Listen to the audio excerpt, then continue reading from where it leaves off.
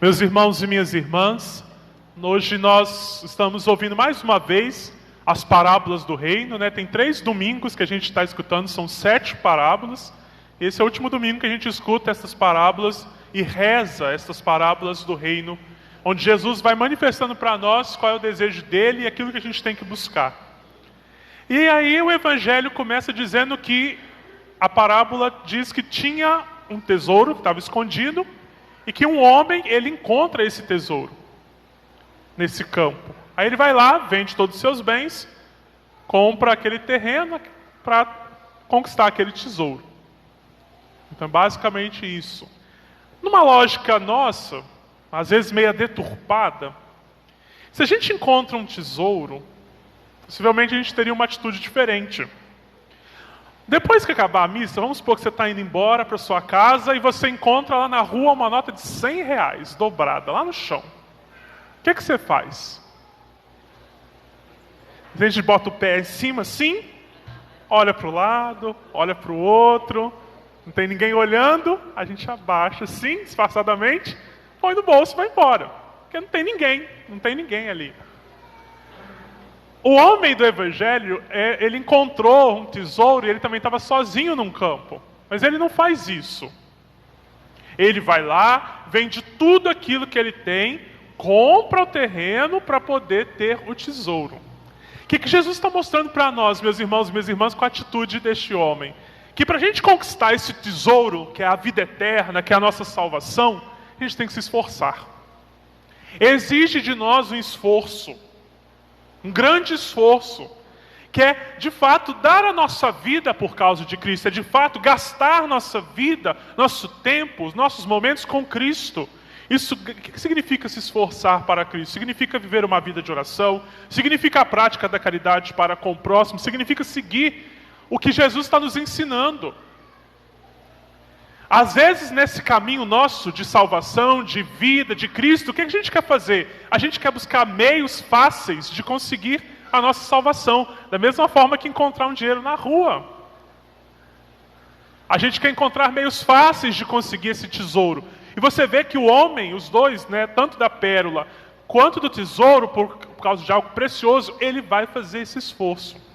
Para mostrar que na vida a gente também precisa fazer muitos esforços para poder conseguir esse caminho de Cristo. Da mesma forma na nossa vida pessoal. Se você está precisando de um emprego, o que você tem que fazer? Você tem que fazer um currículo, tem que levar em vários cantos, tem que andar a cidade inteira para ver se alguém te chama.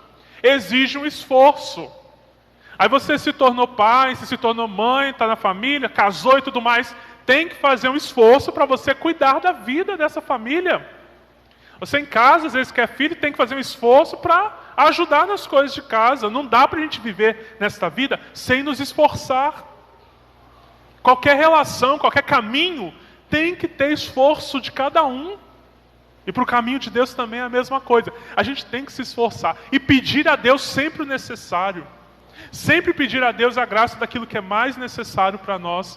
É o que Salomão faz na primeira leitura. O Senhor fala que ele podia pedir qualquer coisa. Você imagina o Senhor chegando para nós e dizendo, você pode pedir qualquer coisa que você quiser. Ele pede o quê? Sabedoria. Sabedoria para ter discernimento, para fazer as boas escolhas da vida, para poder discernir qual é a vontade de Deus na vida dele. Porque, infelizmente, o que a gente faz? A gente, às vezes, por falta de discernimento, por falta de sabedoria, a gente sempre está dando o mínimo a Deus. Sempre a gente tem dado o mínimo a Deus. Não há esforço nosso, às vezes, nesse caminho de Deus, de buscar uma mudança de vida, de buscar uma conversão. A gente está o tempo inteiro dando o mínimo. Não é que Deus vai achar ruim da nossa parte por isso. Nós somos amados por Deus, nós somos predestinados, é a segunda leitura. Agora, Ele está ali querendo que a gente também faça a nossa parte. Que a gente, de fato, se esforce para sermos melhores. E aí que a gente vê a outra parábola. A outra parábola é um homem que lança a rede ao mar e aí ele puxa a rede. Aí vem o peixe bom, mas também vem os peixes ruins e outras coisas mais. Essa rede é como a nossa vida. A nossa vida a gente tem coisas boas, a gente tem coisas ruins.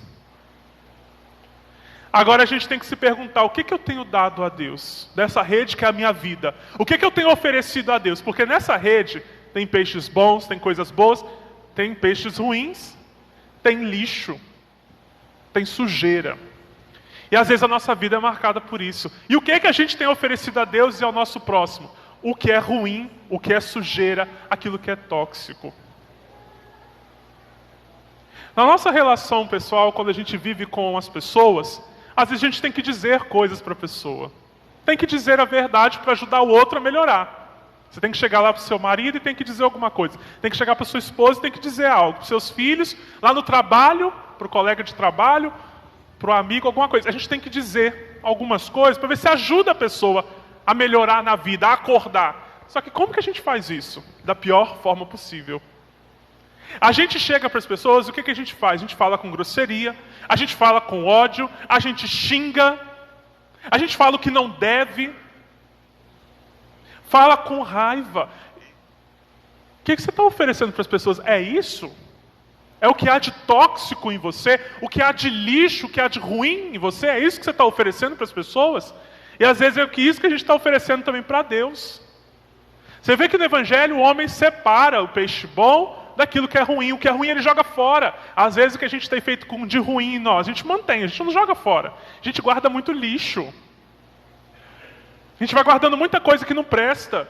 E aí na primeira oportunidade a gente joga esse monte de coisa que não presta no outro. Joga esse monte de coisa que não presta com quem está ali comigo todos os dias. A questão toda não é não dizer ou não falar aquilo que precisa. É como eu faço isso. Como eu faço isso? Então, como que eu ajo? Quais são as minhas atitudes? Qual que é a minha fala? Para eu perceber que às vezes é com Deus eu estou fazendo a mesma coisa.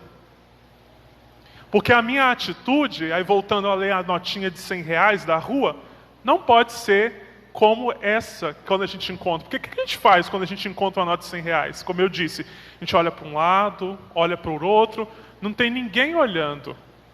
E às vezes na vida a gente também faz isso. Fora, com quem às vezes as pessoas não nos conhecem direito, nós somos muito bons, muito honestos, muito limpos, muito santos. Porque não tem ninguém olhando. Quando aqueles que conhecem estão nos olhando, a gente é pior. A gente é ruim. A gente traz aquilo que é de ruim. Às vezes fora a gente escuta, mas como você é bom, que pessoa boa, que pessoa educada. Chega naqueles que eu convivo, é totalmente o oposto.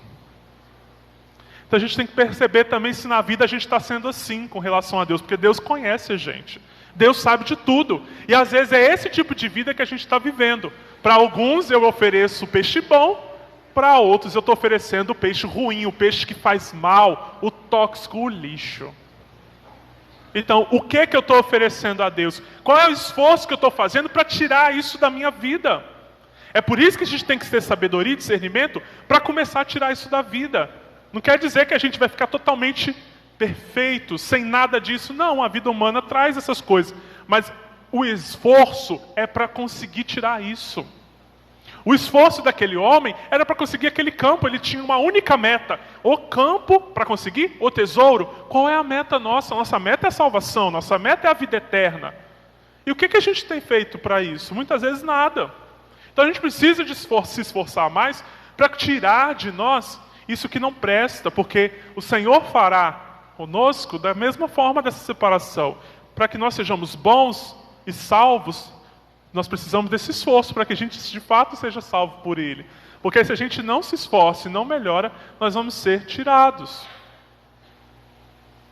E na vida nossa pessoal, às vezes é assim também. As coisas acabam porque a gente é incapaz de melhorar. As coisas perdem o sabor e o sentido porque a gente não muda.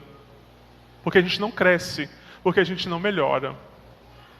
Então, meus irmãos e minhas irmãs, o que a gente precisa fazer nesse esforço é fazer um movimento muito importante, que é de se tornar discípulo.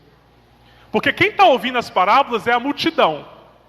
Multidão é Maria que vai com as outras. Pode estar falando um troço ali, ela vai. Pode estar oferecendo algo ali, vai. Discípulo não. Então a gente tem que fazer um movimento de deixar de ser multidão para ser discípulo. Porque discípulo segue, discípulo acredita, discípulo se esforça para ser o melhor para Deus. Multidão não. Multidão uma hora está aqui, outra hora está num outro canto. Uma hora está bom, uma hora está ruim, uma hora está pensando nisso. Naquilo. Não, discípulo tem uma meta. O discípulo tem um foco. E na vida a gente precisa ter focos também, metas, para ver se a gente cresce. Tanto na nossa relação pessoal, com quem está conosco, tanto na relação com Deus. E a pergunta que fica: como você tem se esforçado? O que você tem dado a Deus? O que você tem dado ao próximo? O que há de ruim? O que há de tóxico ou o que há de bom? Nos esforcemos para sempre dar o melhor a Deus, para que o melhor nosso seja a nossa oferenda agradável a Ele. E assim, meus irmãos e minhas irmãs, nós, amados e queridos por Deus, possamos ter a graça de encontrar o tesouro que nos traz a felicidade, o tesouro que é a vida eterna, e levar esse tesouro, essa pérola, para as outras pessoas, para que os outros também se alegrem conosco.